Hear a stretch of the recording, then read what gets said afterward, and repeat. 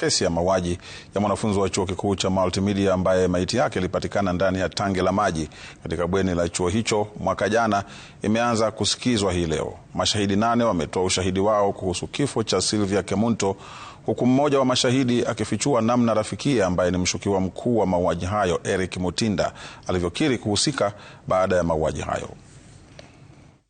Kesi ya mauaji ya Sylvia Kemunto imeendelea mahakamani Kibera, huku ushahidi mpya ukitolewa dhidi ya mshukiwa Eric Philip Mutinda. Mmoja wa mashahidi muhimu akiambia mahakama namna mshukiwa alimpigia simu na kukiri kumuua Sylvia.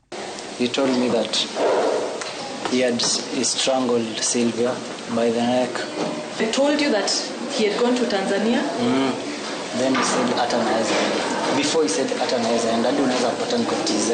Shahidi huyu akiendelea kuelezea korti kuwa Mutinda alikataa kufichua iwapo alisaidiwa na mtu yeyote kwenye mauaji hayo, lakini alikiri kuwa alikuwa Sultan Hamoud wakati wa mazungumzo hayo ya simu. Kesi hiyo inayoendeshwa na Jaji Diana Kavetsa tayari imesikiliza mashahidi 8. Mamake marehemu Sylvia alikuwa wa kwanza kutoa ushahidi, akibubujikwa na machozi aliposimulia kutoweka kwa bintiye. Mahakama iliahirisha kwa muda kumpa nafasi ya kutulia. Let her go out here. Toka na yeye kidogo mrudi.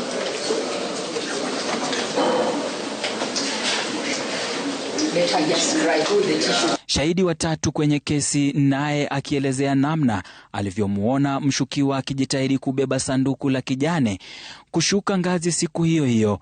The room, it was locked. I opened it with my key. I didn't see Sylvia. The room was messy.